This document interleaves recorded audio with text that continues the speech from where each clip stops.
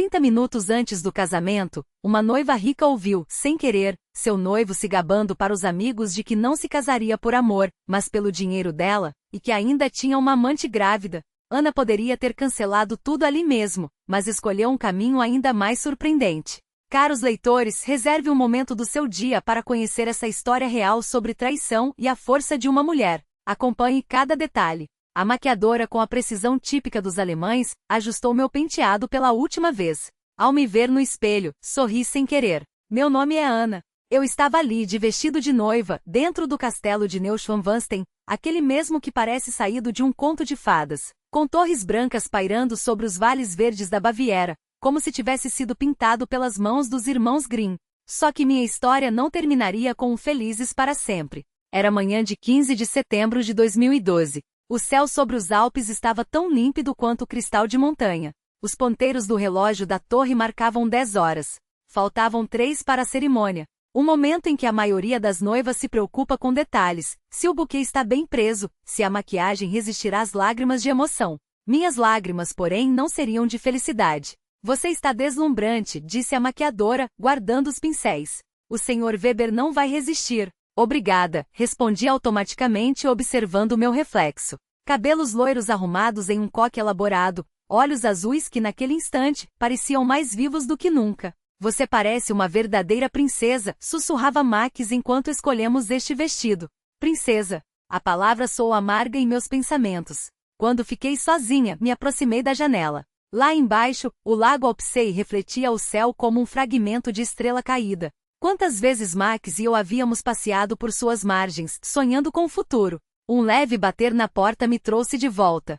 Senhora Volkow precisa de algo? Perguntou a organizadora, espiando pela fresta. Não, obrigada. Só quero ficar um pouco sozinha. Assim que a porta se fechou, me afundei na poltrona, sentindo o espartilho apertar meu peito.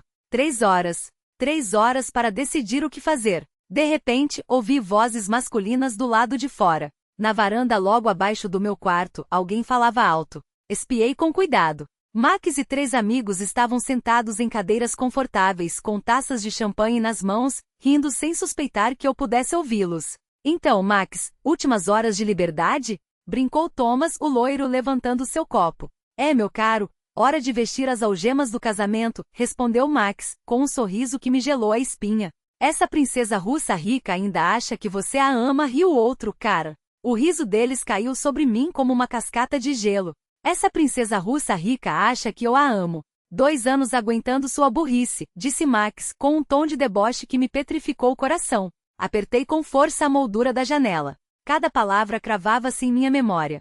2 milhões de euros, cavalheiros. 2 anos de paciência, e o papai russo me entregará o controle das contas na Suíça.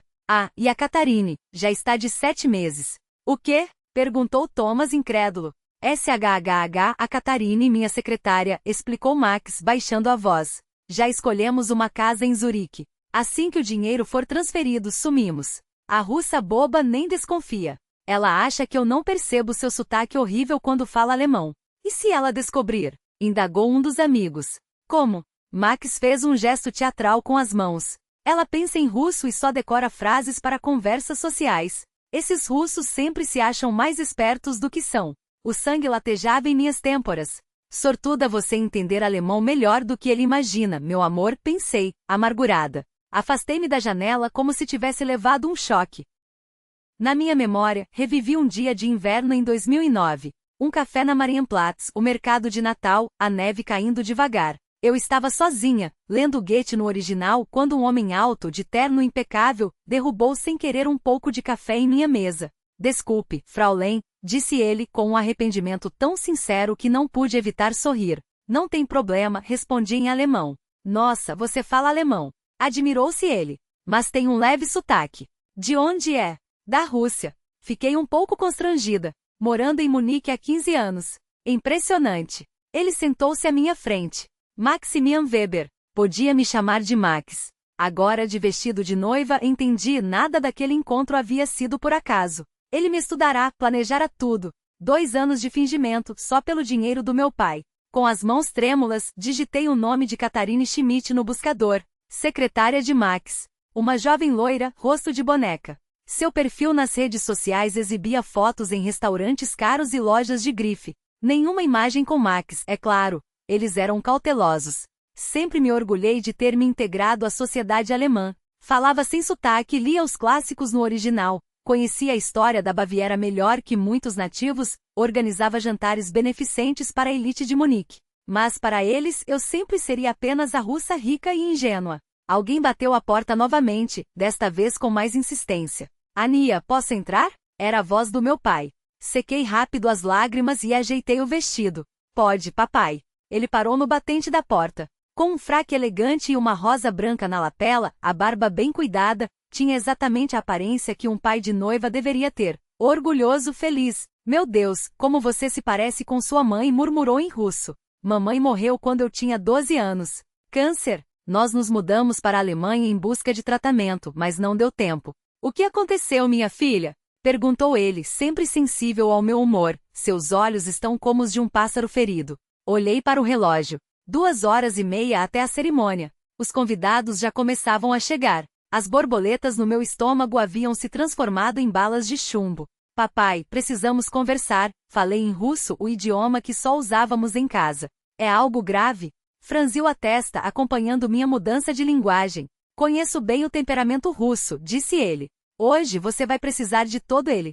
Respirei fundo e contei tudo. A conversa que ouvi, a gravidez de Catarine, os 2 milhões de euros, as palavras ditas às minhas costas. A cada frase, o rosto do meu pai se transformava. Seus olhos, geralmente tão gentis, tornaram-se frios como gelo. Você tem certeza? Perguntou, baixo, quando terminei. Sim. Ouvi cada palavra com meus próprios ouvidos. Ele ficou em silêncio. Do lado de fora, ouvia-se o burburinho dos convidados chegando. O mundo lá fora seguia se preparando para a festa, alheio à tempestade que rugia dentro de nós. O que vamos fazer? Perguntei. Cancelamos o casamento? Meu pai aproximou-se da janela, erguendo-se como uma coluna. Não respondeu, surpreendentemente calmo. Vamos realizar esta cerimônia. Não acreditei no que ouvi. Ele se virou para mim, e em seus olhos vi algo que fez meu sangue ferver. Lembre-se, filha, do que sua avó dizia sobre a força russa. Lembra o que sua avó dizia sobre a alma russa?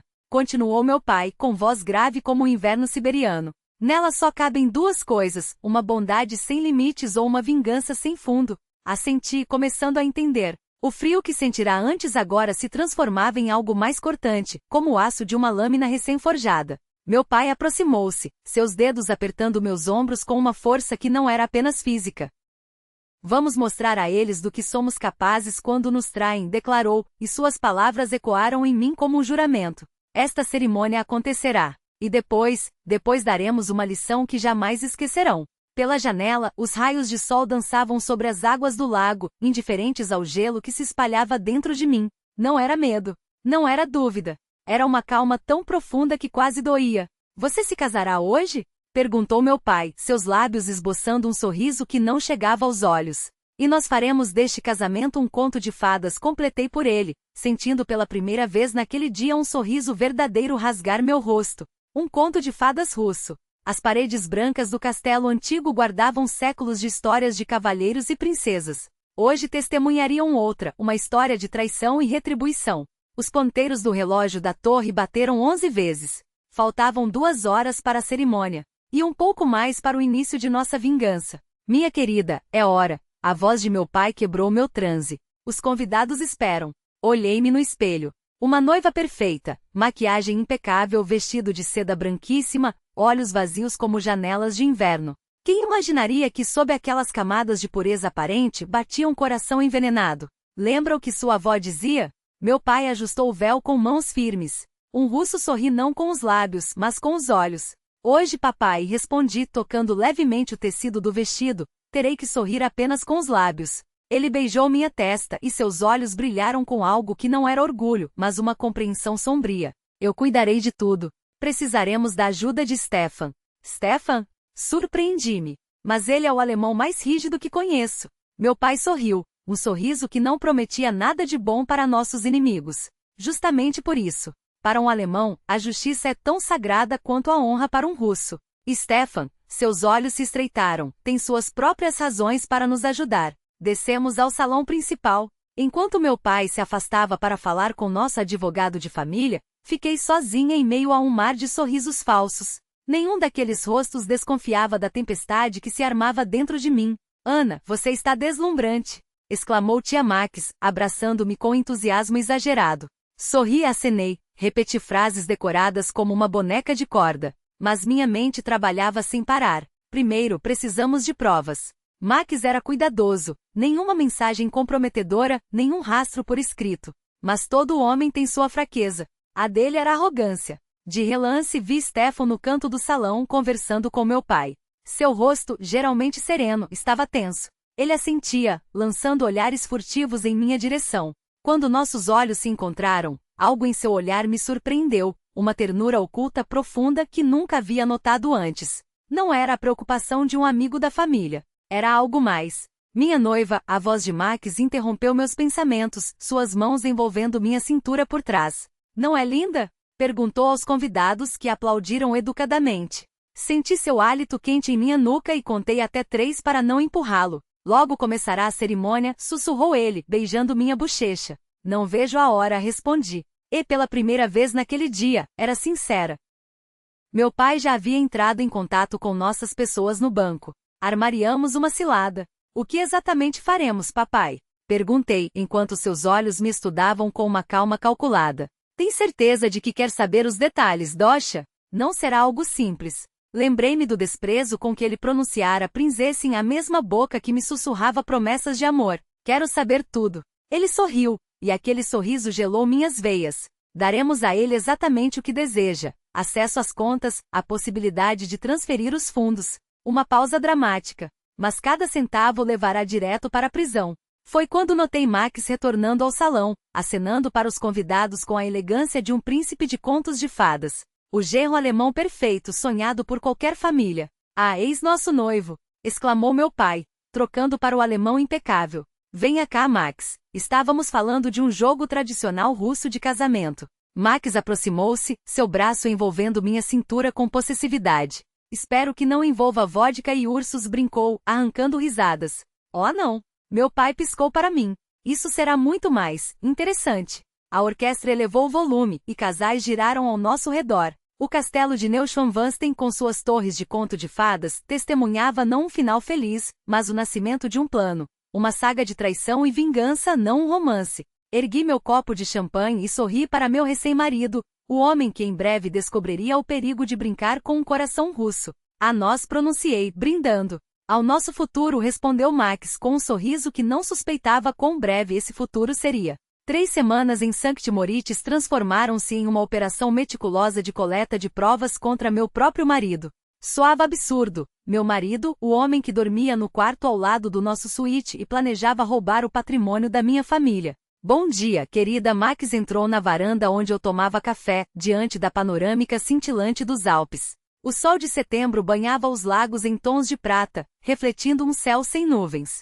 Bom dia, respondi, empurrando a cesta de croissants em sua direção. O sorriso que não alcançava meus olhos já era um hábito. Quais são os planos para hoje? Perguntou, beijando minha bochecha antes de sentar-se à minha frente. Impecável como sempre, camisa branca engomada, suéter de cachemira, o relógio que custava mais que um carro. Pensei em fazer compras, respondi, mexendo o café. E você tem reuniões para resolver. Ele tomou um gole de suco fresco. Não se importa se eu me ausentar por algumas horas? Um cliente de Zurique quer discutir um contrato. Claro que não, encolhi os ombros. Enquanto isso, vou ao spa. Ajustar questões de negócios tornará-se o ritual diário de nossa lua de mel. Assim que eu saía, Max trancava-se no escritório da suíte e iniciava suas ligações. Não sabia que eu havia instalado um minúsculo gravador atrás da estante de livros, um presente de Stefan, entregue por um mensageiro de confiança na véspera de nossa partida. O Badutz Palace Spa era considerado um dos mais luxuosos da Suíça. Colunas de mármore, lustres de cristal, uma piscina com vista para os picos nevados. Tudo respirava opulência e refinamento. Afundei na água morna e fechei os olhos. Naqueles azuis translúcidos, era possível dissolver-se, esquecer o casamento falso, a traição, a dor. Frau Weber, sua massagem está marcada em 15 minutos, lembrou o atendente. Frau Weber. Minha nova identidade soava estranha, como um vestido emprestado. Assenti e saí da piscina lentamente. O tempo fluía de maneira estranha, às vezes, arrastado como mel, outras rápido demais. 3 semanas haviam se tornado uma partida interminável de xadrez, onde cada movimento meu era uma peça de um plano maior. Ao voltar ao quarto após o almoço, ouvi a voz de Max vindo do escritório. Em silêncio, aproximei-me da porta entreaberta. Não, Catarine, dizia ele ao telefone, em alemão. Devemos ser cautelosos. Essa russa estúpida não entende nada, mas o pai dela é esperto. Mordi o lábio até sangrar para não me trair. Sim, o contrato está quase pronto. 5 milhões de euros, Catarine. Mais do que planejávamos. 5 milhões. Seus apetites cresciam na mesma velocidade que sua arrogância. Recuei com cuidado e voltei para o quarto. O gravador atrás dos livros registrava cada palavra. À noite jantamos em um restaurante à beira do lago, rodeados por casais europeus impecáveis, suíços, alemães, franceses, com sorrisos contidos e modales perfeitos. Experimente o fundi, Liablin ofereceu Max, servindo-me o queijo derretido. O melhor da Suíça. Obrigada, sorri e levantei a taça de vinho. A nós. Ao nosso futuro, seus olhos brilharam. Como ele imaginava esse futuro? Eu sem dinheiro e sem marido. Ele com Catarine e milhões roubados. Você está tão pensativa hoje, observou, cobrindo minha mão com a sua. Apenas aproveitando o momento, entrelacei meus dedos aos dele. Os russos têm um ditado: a felicidade ama o silêncio. Ponto. E os alemães? Riu. A ordem acima de tudo. Até no amor. Até no amor. Arqueei a sobrancelha. Especialmente no amor, piscou, beijando minha mão. Sim, pensei, especialmente quando o objetivo são 5 milhões de euros. Naquela noite, deitada ao lado do homem que eu desprezava, olhava para o teto e refletia sobre a ironia de minha situação. Dividia a cama com alguém cujos beijos aceitava, cujos toques fingia retribuir. Todas as noites, adormecia odiando o homem ao meu lado. Eu te amo, sussurrava ele, abraçando-me enquanto dormia. As mesmas palavras que dissera a Catarine ao telefone. Eu te amo, Catarine. Eu te amo tanto. Tinham um script para declarações. As mesmas frases, as mesmas entonações, como um ator repetindo seu papel em uma peça barata. Na segunda semana, Max intensificou seus movimentos. Notei que passava mais tempo no computador, analisando documentos do meu pai. Querido, perguntei, com inocência calculada durante o jantar. Você está tão ocupado ultimamente. Alguma coisa importante? Sim. Seu pai me pediu para revisar um projeto, sorriu. Nada demais. Apenas formalidades jurídicas. Conte-me, inclinei-me para frente, fingindo interesse. Sempre me interesso pelos negócios do papai. Ah, é muito complexo para explicar, afastou a mão. Além disso, é confidencial. Nem mesmo para a esposa se revelam todos os segredos. Especialmente para a esposa, completei mentalmente. No dia seguinte, pedi ao meu pai que me ligasse pela linha criptografada. Ao sair para o spa, esqueci o telefone no quarto, onde Max poderia vê-lo. Na tela, um chamado perdido e uma mensagem em russo. Filha, o contrato de 5 milhões está quase pronto. Você receberá a procuração semana que vem. Quando retornei, Max estava eufórico e incomumente carinhoso. Pediu um jantar no quarto para nós, anunciou. Ostras e champanhe. Tudo como você gosta. Qual a ocasião? Sorri. Apenas queria agradar minha linda esposa, abraçou-me, beijando meu pescoço. Você merece o melhor. Sim, pensei, mereço. E você merece exatamente o que vai receber. Enquanto seus beijos apaixonados e declarações ecoavam no ar, eu permanecia deitada sem dormir, ouvindo sua respiração regular e profunda. Na sala ao lado, o gravador zumbia discretamente, registrando mais uma conversa telefônica. Katrina, tudo está se encaminhando perfeitamente, sussurrava Max ao telefone. O velho está preparando o contrato de 5 milhões. Preciso aguentar mais uma semana e seremos ricos. Uma pausa. Não, amor, não estou dormindo com ela. Me limitei a alguns carinhos mínimos. Você sabe que me guardo só para você. Mais uma mentira. Fechei os olhos, sentindo a náusea subir pela garganta. Na terceira semana de lua de mel, Max tornou-se descuidado de forma evidente. Confiante em sua vitória, já não se esforçava tanto para esconder seus planos. O flagrei analisando extratos bancários do meu pai, negociando a compra de uma casa em Zurique ao telefone, até mesmo pesquisando escolas particulares para um futuro filho. Pensando em crianças, perguntei, ao ver aberta em seu computador a página de uma escola de elite suíça. O quê? Ele se sobressaltou e fechou a aba às pressas. Ah, sim, só imaginando como seria bom criar nossos filhos na Suíça. E Monique? Sua carreira, minha empresa. Tudo pode ser reorganizado, deu de ombros. Seu pai tem tantas conexões lá. Seria um desperdício não aproveitar. Os últimos dias em Sankt Moritz dediquei à fase final do meu plano. Enquanto Max negociava com corretores e banqueiros, eu catalogava meticulosamente cada gravação, sistematizava as provas e preparava o terreno para o retorno a Munique. Na última noite antes da partida neva, cedo para setembro, mas não incomum nos Alpes. Envolta em um chale, permaneci na varanda do nosso suíte, observando os flocos brancos dançarem sob a luz dos postais. O ar cheirava a inverno e pinheiro. Max aproximou-se por trás e abraçou-me pelos ombros. Em que está pensando? Na neve, respondi. Na Rússia dizem que a neve são cartas dos anjos. Quando cai, é porque eles têm algo a nos dizer. E o que dizem hoje? Ironizou ele. Virei-me e olhei-o nos olhos, que a justiça sempre encontra seu caminho. Ele franziu a testa sem entender. Os russos são tão poéticos, riu por fim. Um alemão diria apenas que neve é água congelada. Nada mais. Essa é a diferença entre nós. Sorri e beijei sua bochecha. Você vê as coisas como são. Nós, como elas podem ser. Ele não captou o duplo sentido. Para Max, eu seguia sendo a mesma ingênua russa, apaixonada e confiante. Naquela noite, dormi pela primeira vez em semanas com a consciência tranquila. Em minha bolsa, dezenas de horas de gravações, provas de traição, fraude, planos de desvio de dinheiro. 3 semanas nos Alpes suíços não foram apenas uma coleta de evidências. Foram meu renascimento. Já não era a Ana que chorara no vestido de noiva ao ouvir a conversa do noivo. Tornará-me outra, mais fria, calculista, perigosa. Pela manhã, voávamos de volta a Munique. Começava o próximo ato de nossa peça. Bom dia, Munique, anunciou o locutor da BMW Rádio, excessivamente animado para uma manhã de outubro. Da janela do escritório do meu pai, observava o panorama da cidade, a prefeitura velha, as 2 torres da Frauenkirche, a névoa matinal sobre o rio Isar. Munique, que fora meu lar, agora parecia estranho. Ou seria eu a estranha? Ao retornar, transformará-me. Até meu pai notou a mudança. Você se tornou uma verdadeira mulher russa, forte e inteligente, disse, quando lhe apresentei as gravações coletadas na Suíça. Sua mãe se orgulharia de você. Um toque na porta. A secretária espiou pelo vão. Ermiller chegou. Stefan entrou pontual como sempre. Terno cinza impecável, cabelos castanhos penteados com precisão, óculos de arame fino. O típico advogado alemão, metódico até a medula. Bom dia, Ana. Apertou minha mão, retendo-a um instante além do necessário. Dmitri cumprimentou meu pai, trancou a porta e ativou o sistema anti-escuta, novidade da nossa empresa. Agora podemos falar livremente. Mudou para o russo. O que descobriu?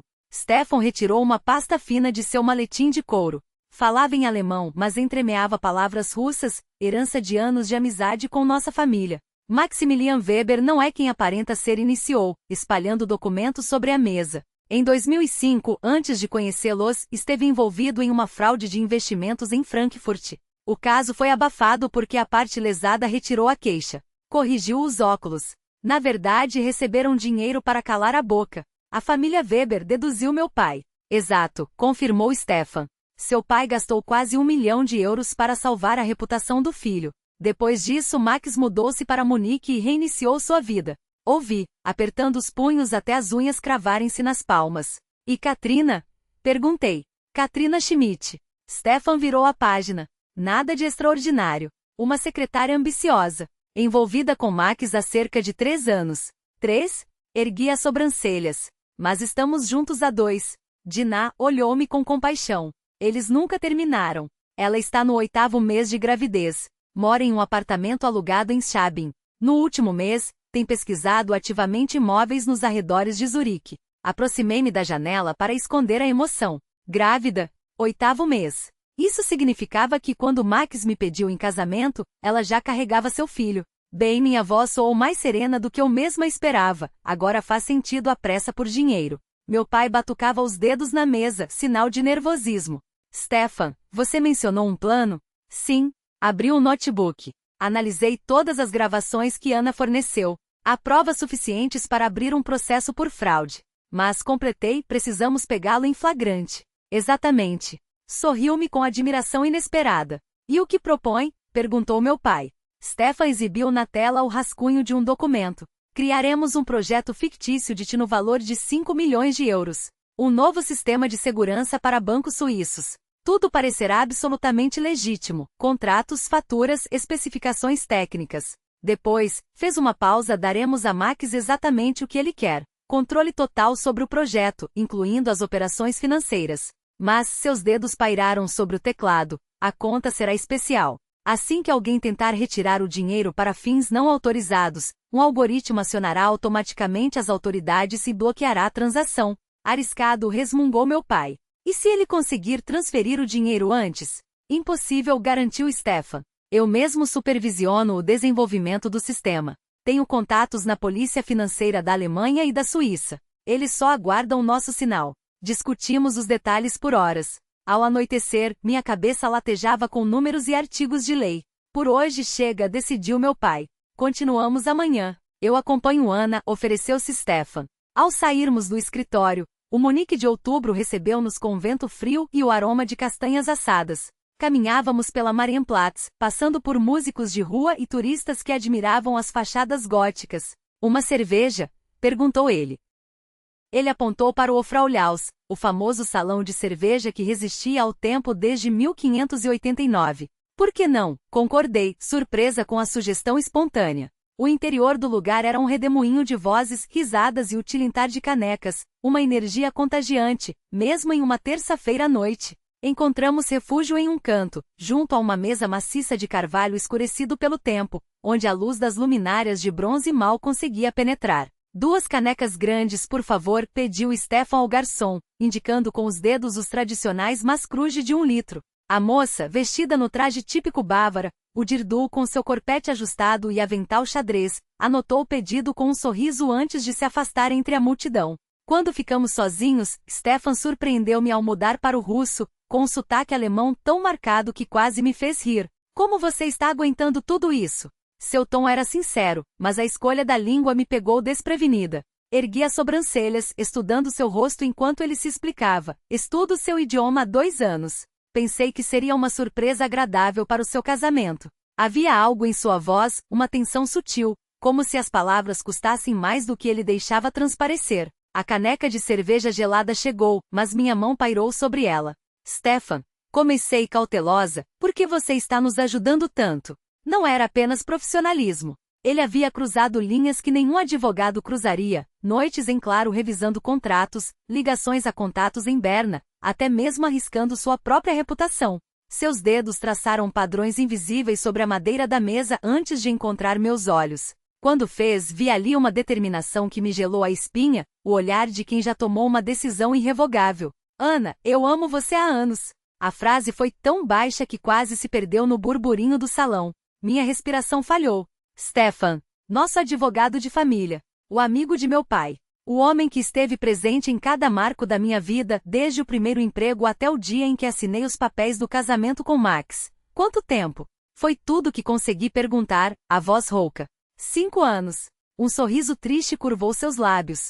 Desde aquele jantar no Ratskeller, lembra? Quando você voltou da universidade com seu diploma de honra. Eu pronunciei meu primeiro toast em russo, as primeiras frases que aprendi. A memória veio em flashes, meu pai orgulhoso, o brilho das taças de cristal, Stefan erguendo a sua com um tropeçado, mas sincero. Por que nunca disse nada? Ele encolheu os ombros, os dedos agora apertando o cabo da caneca. Você era muito jovem. E eu sou 12 anos mais velho. Não queria estragar minha amizade com seu pai. Um silêncio pesado caiu entre nós. Depois apareceu Max.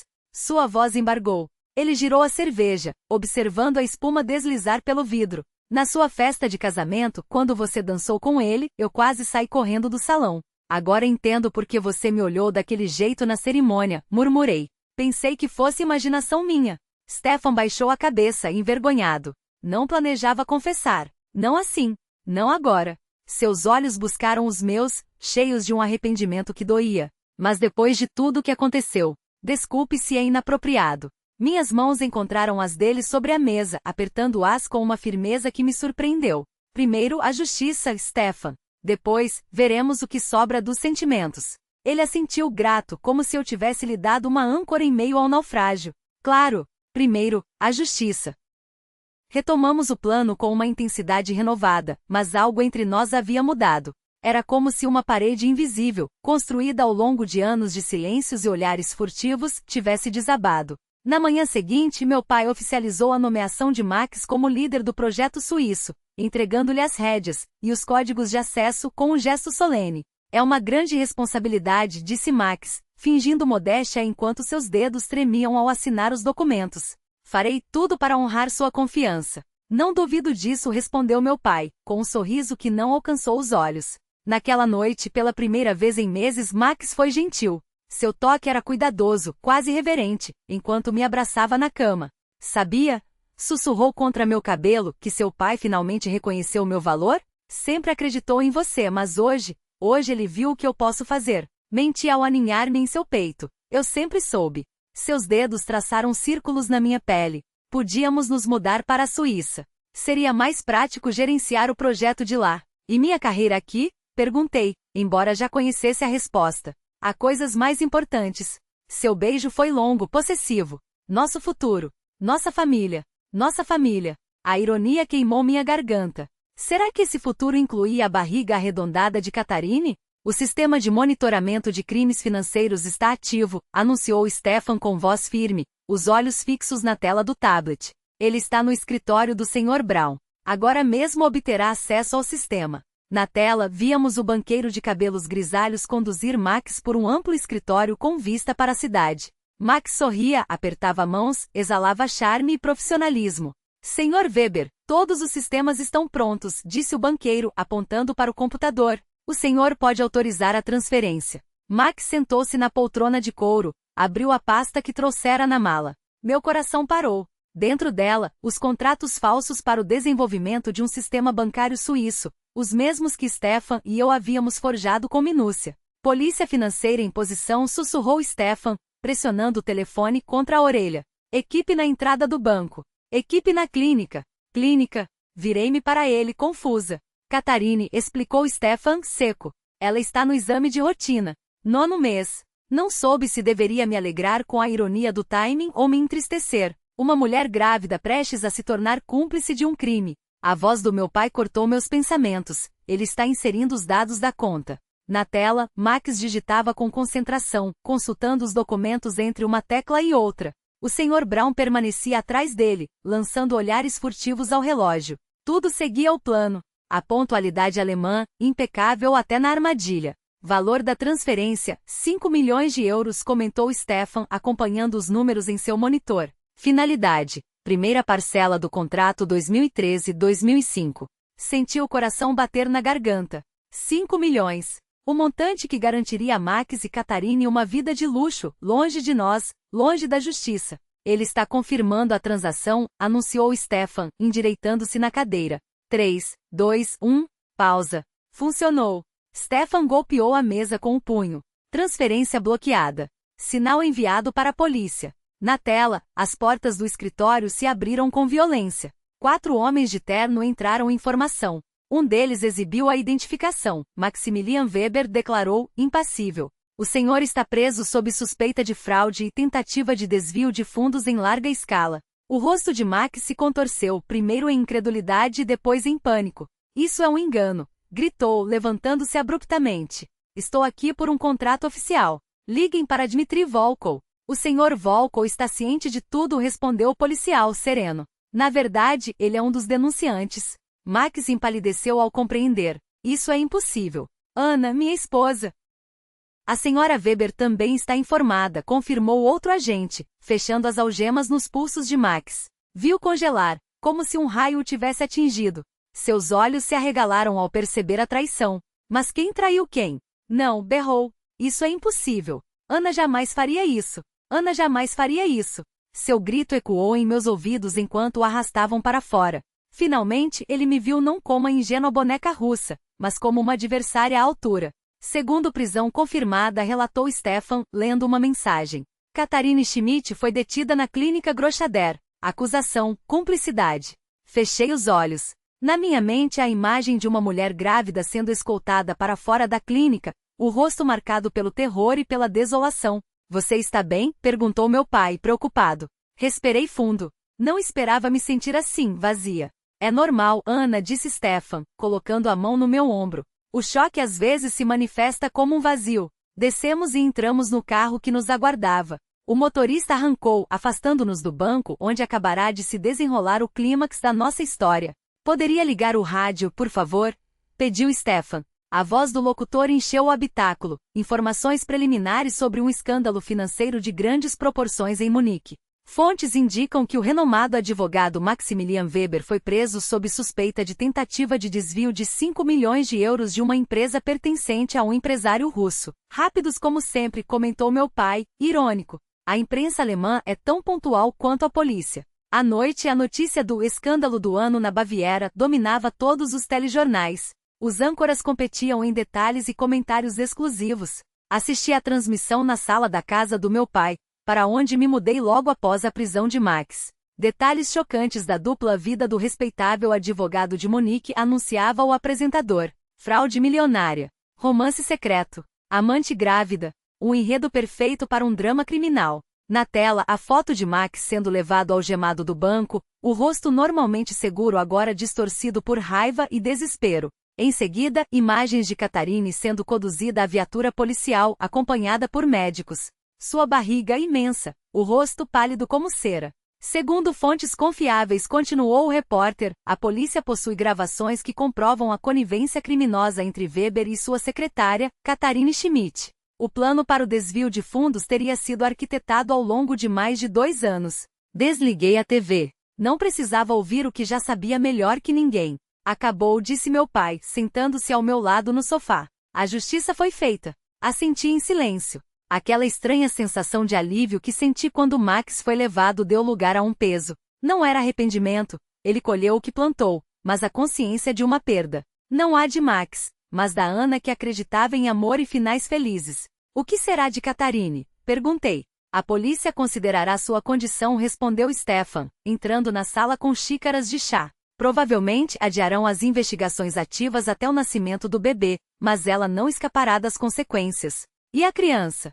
Stefan hesitou. Talvez familiares, se houver. Caso contrário, tutela do Estado. Ficamos em silêncio, cada um mergulhado em seus pensamentos, enquanto a noite caía sobre Munique. As luzes da cidade piscavam como estrelas artificiais sob o manto azulado do crepúsculo. Recebi os primeiros documentos do divórcio, informou Stefan. Dadas as circunstâncias, o processo será rápido. O casamento pode ser anulado por fraude, murmurei. Como se nunca tivesse existido. Exatamente, confirmou Stefan. Legalmente você voltará a ser Anna Volkova. Anna Volkova. Como soava estranho aquele nome de solteira agora. Aquela Ana não existia mais. Em seu lugar surgira alguém novo, mais forte, mais fria, mais sábia. O que você sente? Perguntou meu pai, baixinho, buscando meu olhar. Pensei antes de responder. Vazio, admiti. E cansaço. Mas, também uma espécie de libertação. Como se tivesse finalmente tirado das costas uma mochila pesada que carregava há anos. Meu pai me abraçou, e para minha surpresa desmoronei em lágrimas em seu ombro. Pela primeira vez em meses permiti-me não ser forte, não ser vingativa, apenas ferida. Tudo ficará bem, Devucha, sussurrava ele, acariciando meus cabelos. Superamos isso também. Não sabia o que o amanhã traria, o julgamento, o divórcio, a exposição pública. Mas o dia de hoje, o dia da retribuição, chegava ao fim. Um ato dessa peça de vida se encerrava, deixando para trás cinzas e a promessa tênue de um recomeço. Nas notícias mostravam as fotos de Max espalhadas pelas manchetes, estampadas como as de um vigarista. O homem a quem eu jurara amor em um castelo de contos de fadas, entre as montanhas da Baviera, era agora um criminoso aos olhos de todo Munique. Mas havia algo estranho, não sentia triunfo. Apenas uma tristeza leve e transparente, como névoa sobre um lago, por algo que nunca existira de verdade. Amanhã começa o julgamento, disse Stefan, quebrando o silêncio. Você está pronta para depor? Limpei as últimas lágrimas, endireitei as costas e respondi com firmeza. Sim, contarei toda a verdade, do primeiro ao último detalhe. Naquela noite fiquei muito tempo junto à janela, observando Munique adormecida. Uma cidade que testemunhara minha queda e minha ressurreição. O lugar onde uma alma russa se chocou com a precisão germânica e venceu usando as próprias armas do inimigo. Der Tag der Zell, o dia do pagamento. O dia em que a justiça triunfou com a pontualidade alemã e a determinação russa. O processo em Munique durou 4 meses. Cada manhã, eu entrava na sala do tribunal e via a deusa alemã da justiça agir com a metodologia implacável de um relógio suíço. O tempo ali fluía diferente, lento, denso, como mel de âmbar escorrendo. O Landgerichts München na Pritvitstrasse tornou-se meu segundo lar entre junho e setembro. Tetos altos, corredores sombrios, o farfalhar incessante de papéis jurídicos, tudo isso compunha a trilha sonora da minha nova realidade. Aufstehen das Gericht. O oficial de justiça anunciou a entrada dos juízes no primeiro dia. 3 figuras em togas negras ocuparam seus lugares no tribunal. Do outro lado da sala, Max estava flanqueado por 2 advogados. Mais magro, com olheiras fundas, mas ainda assim mantendo uma máscara de confiança forçada. Nossos olhares se cruzaram por um instante.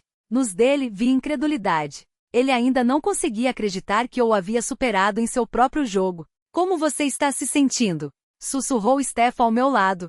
Estranho, respondi com honestidade. Como se assistisse à vida de outra pessoa. O primeiro dia foi dedicado às formalidades. O juiz, um homem severo de têmporas grisalhas, leu a longa lista de acusações. Maximilian Weber é acusado de tentativa de fraude em grande escala, abuso de confiança, falsificação de documentos. A relação de crimes parecia interminável.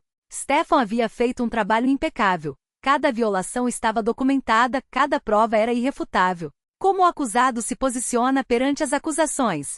Perguntou o juiz. Meu cliente se declara inocente, declarou o advogado de Max, um homem de cabelos prateados em um terno caro. Tencionamos provar que o Sr. Vibor foi vítima de uma provação meticulosamente planejada pela família Volkov. Senti os músculos se tensionarem. Era esperado. Max escolhera a estratégia do contra-ataque. Interessante, ironizou Stefan baixinho. Que tente provar. A segunda sessão foi mais pesada. O promotor apresentou as gravações das conversas entre Max e Catarine. Ouvi-las na sala do tribunal foi como reviver cada palavra de desprezo, cada plano meticuloso, enganar meu pai, cada mentira tecida com frio cálculo. Senhora Volkov, dirigiu-se a mim o juiz após a reprodução das gravações. A senhora pode confirmar a autenticidade desse material? Sim, excelência, levantei-me, sentindo os olhares de todos sobre mim. Todas essas gravações foram feitas por mim pessoalmente, durante nossa lua de mel na Suíça e após nosso retorno a Munique. Por que a senhora começou a gravar as conversas do próprio marido? Respirei fundo. Porque no dia do nosso casamento, acidentalmente ouvi uma conversa dele com os amigos. Ele me chamava de russa rica e idiota, e falava sobre os planos de roubar o dinheiro da minha família para começar uma nova vida com sua amante grávida. Um murmúrio percorreu a sala. Os jornalistas nas últimas fileiras anotavam freneticamente. Por que a senhora não procurou a polícia imediatamente? Queríamos reunir provas irrefutáveis, respondi. Uma simples conversa ouvida por acaso não seria suficiente. Ou seja, a senhora conscientemente se casou com um homem que suspeitava ser um vigarista. Insistiu o juiz. Sim, excelência. Era a única maneira de proteger minha família e garantir que a justiça fosse feita. O rosto de Max se contorceu de raiva. Ele sussurrou algo furioso para seu advogado. Nas semanas seguintes, o tribunal ouviu depoimentos, banqueiros, colegas de Max, peritos técnicos. Todos confirmavam a tentativa de fraude. Catarine, solta sob fiança por causa da gravidez, prestou depoimento por videoconferência. Pálida com olheiros fundos, parecia uma sombra do que fora. Seu tom era vazio mecânico. Frau Schmidt, dirigiu-se a ela o juiz. A senhora confirma que manteve um relacionamento íntimo com o Sr. Weber durante o noivado e o casamento dele com a senhora Volkov? Sim, sua voz soava sem vida. A senhora tinha conhecimento dos planos dele em relação ao dinheiro da família Volkov? Sim, repetiu. Max dizia que os russos são muito confiantes quando se trata de assuntos de família, que poderíamos pegar 5 milhões e fugir para a Suíça. Na 7ª semana do processo, uma notícia abalou a todos. Catarine havia perdido o bebê. Os médicos atribuíram a um forte estresse nervoso, a pressão do julgamento. Quando a informação foi anunciada na sala, senti um estranho entorpecimento. Sinto muito, disse Stefan após a sessão. Pelo quê? Perguntei. Pela criança. Ela não tinha culpa. Assenti, mas por dentro não senti dor nem remorso. Catarine destruíra minha família de livre e espontânea vontade, planejara roubar nosso dinheiro, rira da minha ingenuidade. Sim, a criança era inocente, mas pela mãe, não conseguia sentir compaixão. O que você sente realmente? Perguntou Stefan quando saímos do tribunal. Nada, confessei. Absolutamente nada. E isso me assusta, Stefan. Estou me tornando alguém que não reconheço. Ele segurou minha mão. Você está apenas se protegendo. Quando tudo terminar, as emoções voltarão. Na 10ª semana, algo inesperado aconteceu. Os pais de Max, um casal rígido da alta sociedade bávara que ouvira apenas em nosso casamento, fizeram uma declaração pública. Profundo pesar pelos atos de nosso filho. Compartilhamos da indignação da família Volkow e da sociedade. Maximilian não faz mais parte de nossa família e foi deserdado. Nunca compareceram ao tribunal. Típica reação alemã a um escândalo. Repudiar, preservar as aparências, proteger a honra familiar a qualquer custo. Na 12ª semana, Max pediu um encontro particular. Hesitei, mas aceitei. Encontramo-nos em uma pequena sala de reuniões no prédio do tribunal, sob a vigilância de um guarda. Ana, começou ele, assim que ficamos relativamente sozinhos. Tudo não passa de um mal-entendido. Eu realmente te amava. Olhei para ele, tentando enxergar o homem que um dia imaginei ser o amor da minha vida, mas só vi uma casca vazia, um manipulador patético. Não se rebaixe, Max, respondi com calma. Sabemos a verdade. Podemos consertar tudo, insistiu.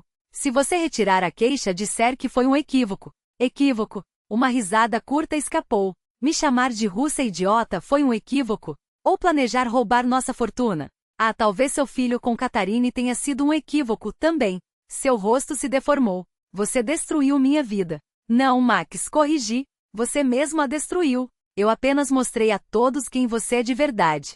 Quando saí da sala, senti uma estranha alívio. Max tentará despertar minha piedade, falando de nosso amor. Mas eu olhava como um estranho, alguém que nunca conhecera de verdade. Na 14ª semana começaram os argumentos finais. O promotor exigia a pena máxima, 15 anos de prisão para Max e 7 para Catarine. O réu não apenas planejou um crime financeiro, trovejou o promotor. Ele construiu toda a sua vida sobre mentiras, manipulações e traição. Essas ações minam os alicerces da confiança pública e exigem punição severa. A defesa, por sua vez, argumentava que Max fora vítima de uma provocação, que as gravações haviam sido obtidas ilegalmente, que tudo não passava de vingança de uma mulher rejeitada. Eu ouvi aqueles discursos com um distanciamento quase clínico. O sistema judicial alemão funcionava como um relógio suíço. Cada lado tinha o direito de se manifestar, cada prova era examinada com rigor, cada argumento pesado na balança da justiça. Finalmente chegou o dia da sentença.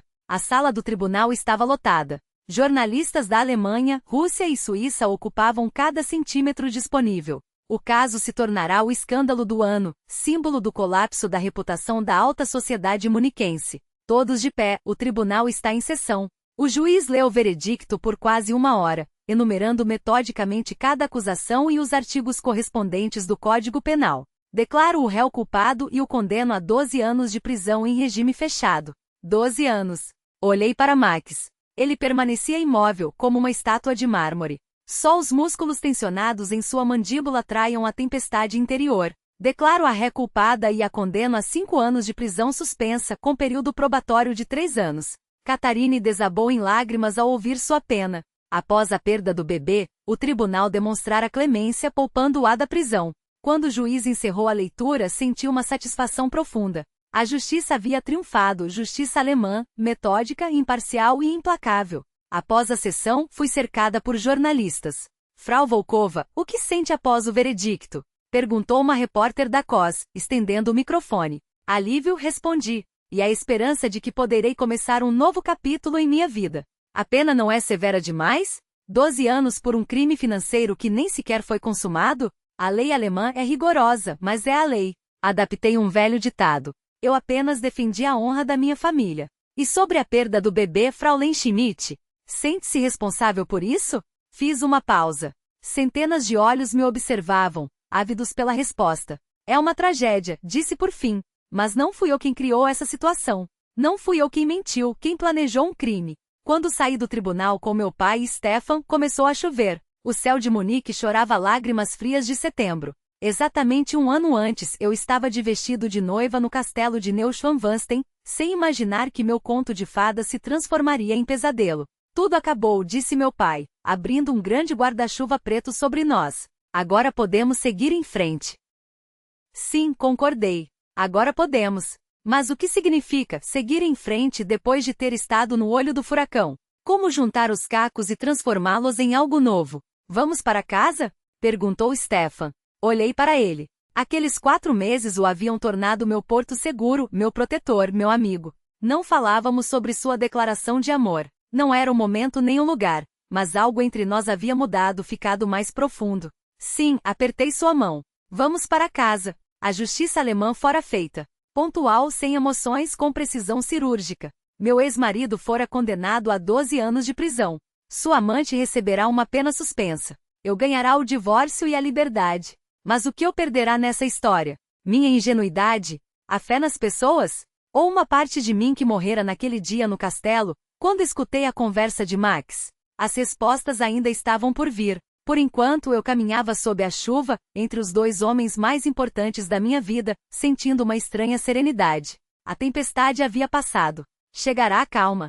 2 anos se passaram. 2015 se tornou meu ano de renascimento. Tornei-me uma das mulheres de negócios russas mais bem-sucedidas na Alemanha, assumindo a liderança da divisão local da empresa do meu pai. Meu retrato estampou a capa da Vitvachas com a manchete: A loba russa na floresta bávara. O jornalista claramente brincava com meu sobrenome, mas a metáfora era precisa. Eu de fato me transformará em uma predadora no mundo dos negócios. A Munique primaveril florescia e exalava perfume.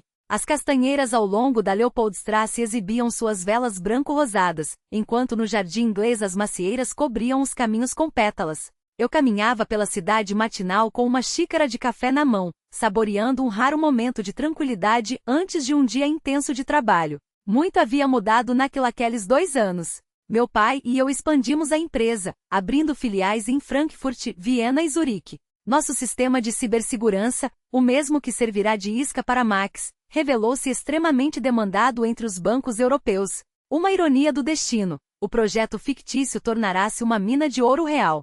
Stefan e eu também havíamos mudado. Após o julgamento, ele manteve uma distância delicada, dando-me tempo para cicatrizar as feridas. Nós nos víamos em reuniões de trabalho, às vezes jantávamos juntos, mas evitávamos falar de sentimentos, como se existisse um acordo tácito entre nós para não apressar as coisas. Bom dia, Frau Volkova, chamou uma voz familiar. Virei-me e vi Cláudia Maier, diretora de uma escola infantil próxima ao nosso escritório. Tínhamos nos conhecido 1 ano antes, quando nossa empresa patrocinou a modernização da sala de informática para as crianças. Bom dia, Frau Maier, sorri. Como estão as coisas? Excelentes, seu rosto iluminou-se. Não quer dar uma olhada? As crianças acabaram de terminar um projeto com aqueles tablets que vocês doaram. Consultei o relógio. Ainda tinha meia hora até minha próxima reunião. Com prazer. Kindergarten Sonnenschein, raios de sol, era um nome que combinava perfeitamente com o lugar. Paredes coloridas, janelas amplas, risadas infantis. Passamos pela sala de brincadeiras, onde um grupo de pequeninos se divertia com blocos de montar. Nossos menores, explicou Frau Maier, orgulhosa. Chegamos à sala de informática. Crianças de 5 a 6 anos sentavam-se a mesinhas com tablets, criando desenhos coloridos com a ajuda de uma professora. Estamos aprendendo a fazer cartões virtuais para o Dia das Mães, esclareceu Frau Maier. Tecnologia desde o berço, como a senhora sugeriu. Passei entre as mesas admirando os trabalhos até que o vi. Um menino pequeno, de olhos cinzentos sérios e cabelos claros. Ele movia o dedinho com concentração pela tela, criando um desenho surpreendentemente preciso de uma casa com jardim. Meu coração pulou. Aqueles olhos, eu os conhecia.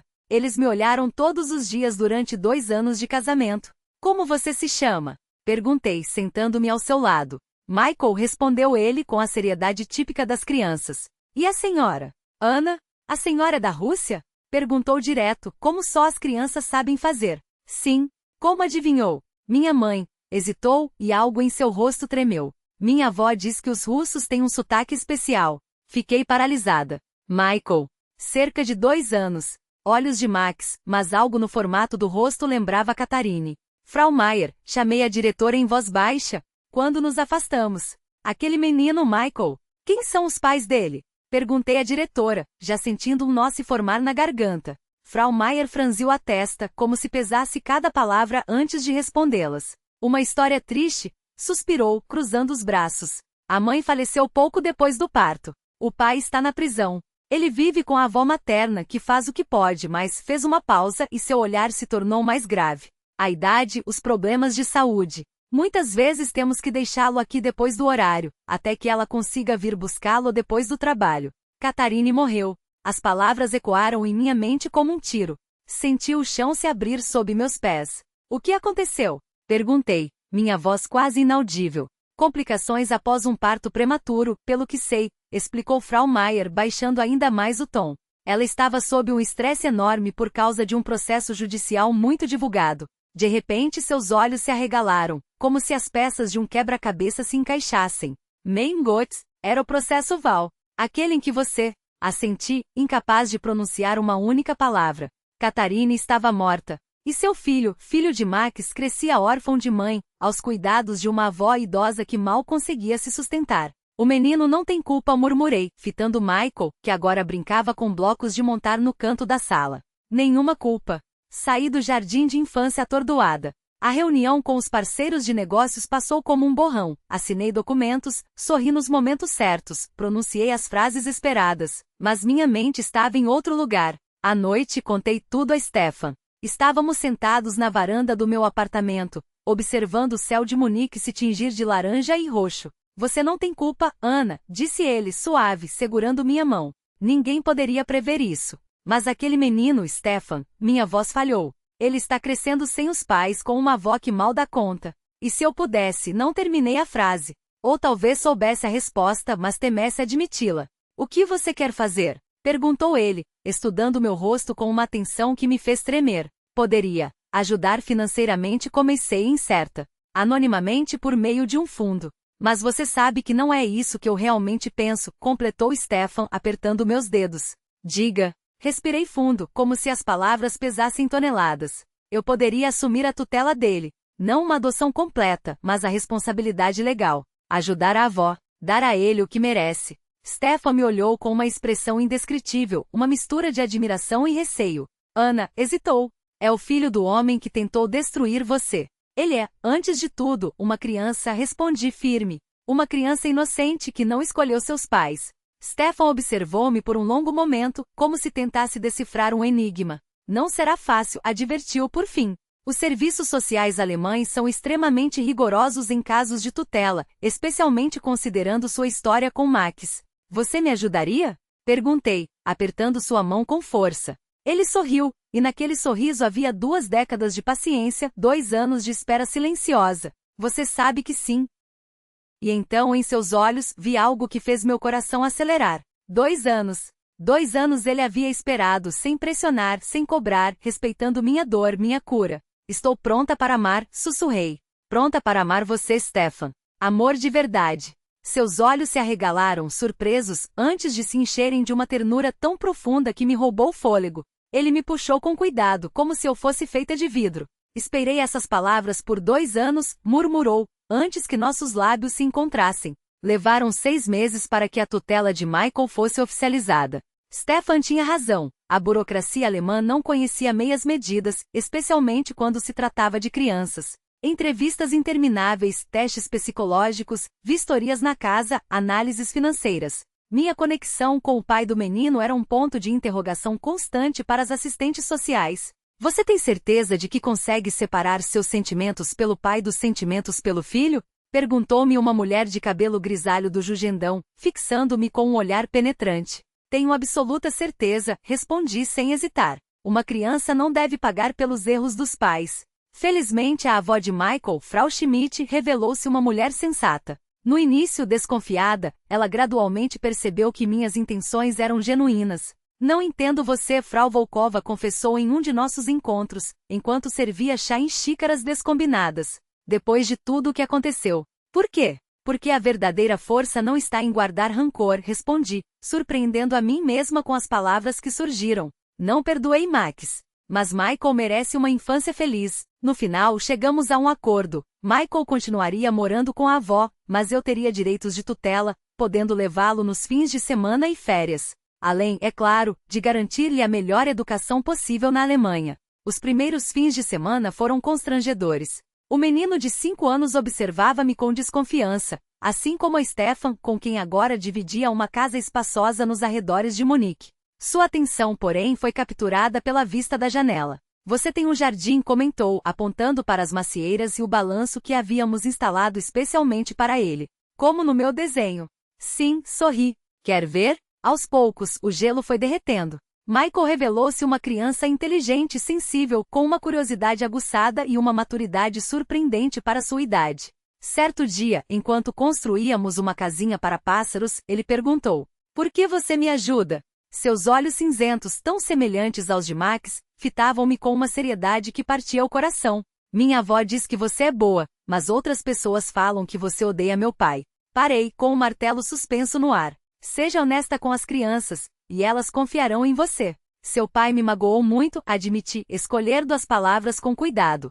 "Mas isso não tem nada a ver com você. Você é um menino incrível, Michael, e merece tudo de melhor." Ele me encarou por um longo tempo, com aquele olhar profundo que herdara do pai, mas sem a sombra de crueldade que sempre vi nos olhos de Max. Então, lentamente estendeu a mão, oferecendo-me um prego para a casinha. "Fico feliz que você exista", disse, simples assim. Naquela noite, depois que Michael adormeceu em seu novo quarto em nossa casa, abri o cofre onde guardava, há 2 anos, uma caixa de metal. Dentro, discos com gravações de Max, transcrições do julgamento, todas as provas de sua traição que eu havia colecionado com uma obsessão doentia.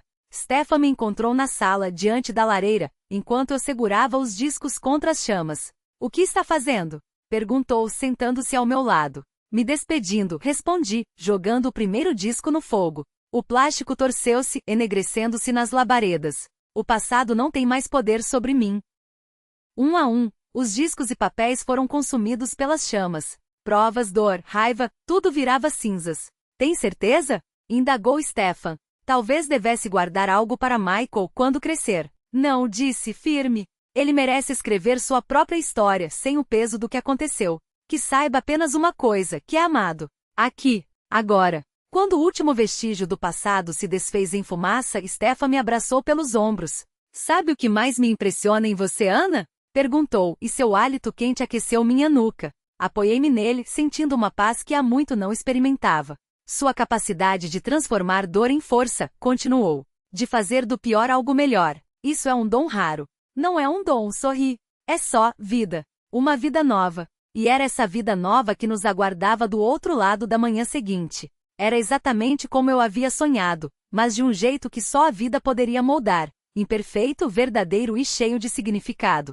"Ana", chamou Michael, agitando um barquinho de papel que ele mesmo fizera. "Olha como ele vai longe."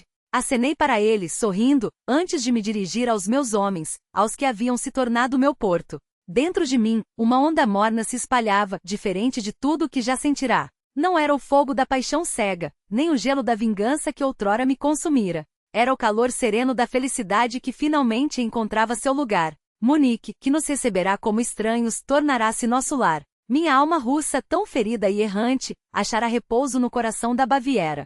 O passado, com suas cicatrizes, ficará para trás. O futuro, agora, começava a se desenhar diante de nós, não como uma promessa vaga, mas como uma página em branco, pronta para ser escrita com tinta de escolhas livres. E enquanto o sol se punha sobre os telhados da cidade, eu sabia, esta era a minha redenção. Não há que eu buscará com lágrimas ou sangue, mas a que chegará silenciosa através do perdão, da coragem de recomeçar e, acima de tudo, do amor, aquele que escolhemos dar, mesmo quando o mundo nos ensinou a odiar.